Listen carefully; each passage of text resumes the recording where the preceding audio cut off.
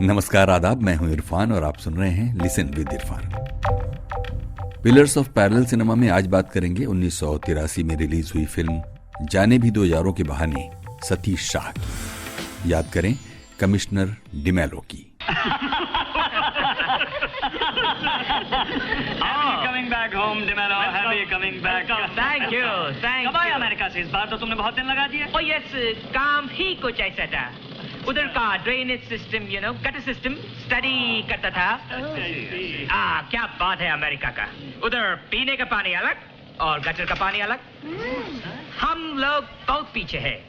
हमें कुछ करना चाहिए, लेकिन नहीं करने को सकता। अमेरिका की तो बात ही कुछ और है। हम लोग गटर में उनसे पीछे और बिल्डिंगों में उनसे नीचे हैं सर। Oh yes, लेकिन हमारा कुछ उसूल है।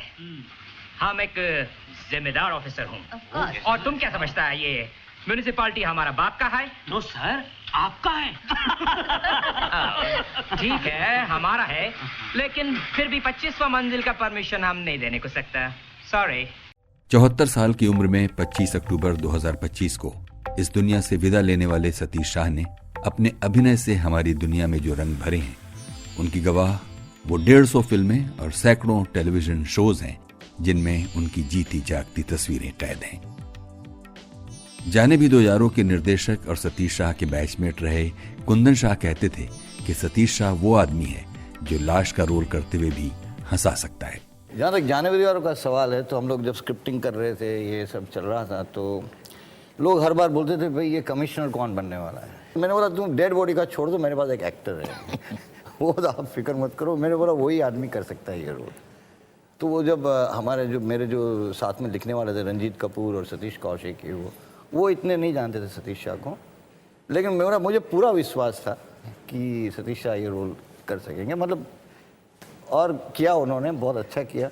मुझे खुद पता नहीं है डेड बॉडी क्या क्या किया उन्होंने, हर शॉट में अलग एक्सप्रेशन दिया। मेरा ऑडिशन कब्रिस्तान में हुआ था। पूना के फिल्म एंड टेलीविजन इंस्टीट्यूट में साथ पढ़े कुंदन शाह ने सतीश शाह को जब अपने टीवी सीरियल ये जो है जिंदगी में कास्ट किया, तो हम इस बात पर यकीन करने को मजबूर हुए कि कॉमेडी सिर्फ स्लैपस्टिक नहीं बल्कि न्यूएंस भी हो सकती है। उल जलूल हरकतें, धौल धप्पे और हंसोड़पन से अलग ऐसी भी कॉमेडी संभव है जो जीवन की विडंबनाओं से उपजी हो और देर तक असर करे। सतीश शाह का कॉमेडियन गिरते पड़ते, चिल्लाते और दूसरों की हंसी उड़ाते हुए अपने लिए सिर्फ एक इंस्टेंट अप्रूवल नहीं चाहता, बल्कि अपने ऑब्जर्वेशंस, टाइमिंग और एक्सप्रेशन से ऐसा कुछ कर दिखाता है कि बहुत देर बाद तक भी दर्शक उसके असर में रहते हैं। पिलर्स ऑफ पैरेलल सिनेमा के लेखक ओपी श्रीवास्तव। जाने भी दो यारों एक कल्ट फिल्म है, और वो कल्ट फिल्म इसलिए बन गई कि इसे पूरी शिद्दत से, पूरी मासूमियत से और पूरी कलात्मक आज़ादी के साथ बनाया गया था। जब ये फिल्म बन रही थी तो किसी को ये अंदाज़ा नहीं था कि वो एक कल्ट फिल्म बना रहे हैं। वे बस पूरी ईमानदारी से एक करप्ट सिस्टम की कहानी सुना रहे थे, उसे एक्सपोज कर रहे थे, और इस एक्सपोजिशन में, इस एक्सप्रेशन में उनके पास सिर्फ एक ही हथियार था, और वो हथियार था कॉमेडी। पर वो कॉमेडी, वो हथियार इतना सशक्त था कि आज भी ये फिल्म हर दर्शक से, हर दिल से एक संवाद करती है, उसके दिल को झंझोरती है और उसे कुछ सोचने पर मजबूर कर देती है। जाने भी दो यारों एक कल्ट फिल्म है और हमेशा याद की जाएगी। वैसे तो सतीश शाह ने हर तरह के रोल निभाए, लेकिन कॉमेडी के अपने ढंग से उन्होंने सिद्ध किया कि बिना वल्गर और चीप हुए भी कॉमेडी की जा सकती है। जाने भी दो यारों में सतीश शाह ने कमिश्नर डिमेलो का जो किरदार निभाया, उसकी याद करके ही दिल खुश हो जाता है। You mean double commission? तो फिर 4 पुल का कॉन्ट्रैक्ट तुम्हारा। मुझसे डबल क्रॉस कर रहा है। सेलिब्रेट करेगा? ओके, केक खाओ, केक खाओ। मेरा केक मेरे सामने मेरे ही दुश्मन को खिला रहा है। स्विट्जरलैंड का है, थोड़ा खाओ, थोड़ा फेंको, मजा आएगा।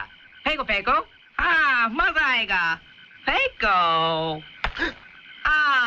मजा आया। जाने भी दो यारों एक ब्लैक कॉमेडी है जिसमें नौकरशाही, मीडिया और रियल एस्टेट पर करारा प्रहार किया गया है। फिल्म में नसीरुद्दीन शाह, रवि वासवानी, ओम पुरी, पंकज कपूर, सतीश शाह, नीना गुप्ता, भक्ति बर्वे और सतीश कौशिक मुख्य भूमिकाओं में थे। बेस्ट डेब्यू फिल्म के लिए इसे 1984 के इंदिरा गांधी पुरस्कार से नवाजा गया और 32वां Filmfare best comedian award Ravi Vaswani को मिला। याद रहे जिस साल जाने भी दो यारों आई, उसी साल गोविंद निहलानी की अर्थ, सई परांजपे की कथा और श्याम बेनेगल की मंडी भी आई। ये सभी फिल्में मील का पत्थर साबित हुई। जाने भी दो यारों में कैमरा विनोद प्रधान ने किया था और कहानी और संवाद लिखे थे रंजीत कपूर और सतीश कौशिक ने। कुंदन शाह और सुधीर मिश्रा ने फिल्म की पटकथा तैयार की थी और प्रोडक्शन कंट्रोलर थे विधु विनोद चोपड़ा। फिल्म एडिट की थी रेनू सलूजा ने। कुंदन शाह ने एक इंटरव्यू में बताया था कि फिल्म का आइडिया एक सच्चे अनुभव पर आधारित था। जब एफटीआई से निकले दो लड़कों ने बेरोजगारी से तंग आकर हैदराबाद में एक फोटो स्टूडियो खोल लिया था। फिल्म की दूसरी प्रेरणा माइकलएंजेलो एंटोनियोनी की फिल्म ब्लो अप थी। ब्लो अप को ट्रिब्यूट देते हुए कुंदन शाह ने इसीलिए फिल्म में जहां मर्डर हुआ है उस जगह का नाम अंतोनियोनी पार्क रखा। नसीरुद्दीन शाह जरा मेथड एक्टर हैं, अलग है, और ये सब जा रहे थे शूटिंग के लिए गोवा, और वो सीक्वेंस बहुत इंपॉर्टेंट था स्क्रिप्ट पॉइंट ऑफ व्यू, क्योंकि वो टेंडर के फोटो लेने, और नसीर जरा परेशान थे कि भाई कैसे करेंगे और इनको जाना था, और वो निकलने वाले सुबह सुबह हो गई थी, हम लोग अलीबाग में थे। लेकिन जिस तरह मैं बोल रहा हूँ कि 3 मिनट के अंदर वो सीन शूट हुआ होगा और मुझे कुछ पता नहीं है क्या करने वाले हैं। वो हुआ यूं कि मुझे तो जाना ही था, क्योंकि उस जमाने में मैं अफोर्ड नहीं कर सकता था कि कोई फिल्म मिस हो जाए। स्ट्रगलर था। और नसीर वॉज एज उन्होंने कहा कि एकदम मेथड एक्टर। मैंने कहा नसीर एक काम करिए, कैमरा शुरू करके अपन जो आता है वो करते हैं, you adjust to me, I will adjust to you.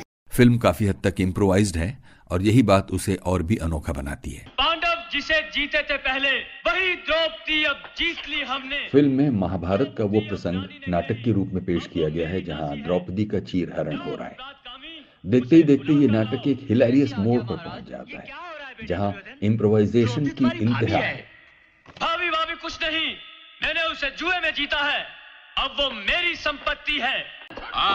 ओए धृतराष्ट्र के पुत्र, द्रौपदी को वापस कर, वो मेरे साथ जाएगी। शांत गदाधारी भीम, शांत। मैं उसे नाटक में। ओए, द्रौपदी तेरी अकेले की नहीं है, हम सब शेयर होल्डर हैं। मगर बड़े भाई के वचन का पालन करना ही पड़ेगा। क्यों? अबे नाटक में ऐसा लिखा है। ओए चलो, पालन तो कभी हमने अपने बाप किया क्या का नहीं किया, तू चीज क्या है? सावधान भीम, बड़े भाई का भरे दरबार में अपमान। ओए चुप है अर्जुन सिंह। ये सब क्या हो रहा है? भाई अर्जुन, ये तो तुम्हारी इंसल्ट है। अगर ये गधा गदाधारी है तो तुम भी धनुषधारी हो, रॉबिन हुड। सावधान भीम। अपनी रिलीज के वक्त भले ही ये एक कामयाब फिल्म न रही हो, लेकिन आज इस फिल्म की फैन फॉलोइंग देखकर लगता है कि फिल्म अगर लगन और पैशन से बनाई जाए तो पहली बार फिल्म बनाने वाला भी एक शाहकार रच सकता है।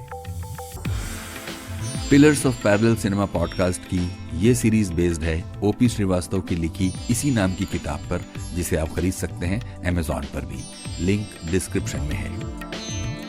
फिल्म जाने भी दो यारों में आपके लिए क्या खास है, हमें बताइए यहाँ कमेंट बॉक्स में। फिलहाल इरफान आपसे यही इजाजत चाहता है। जल्दी मिलते हैं पैरेलल सिनेमा के एक और पिलर के साथ।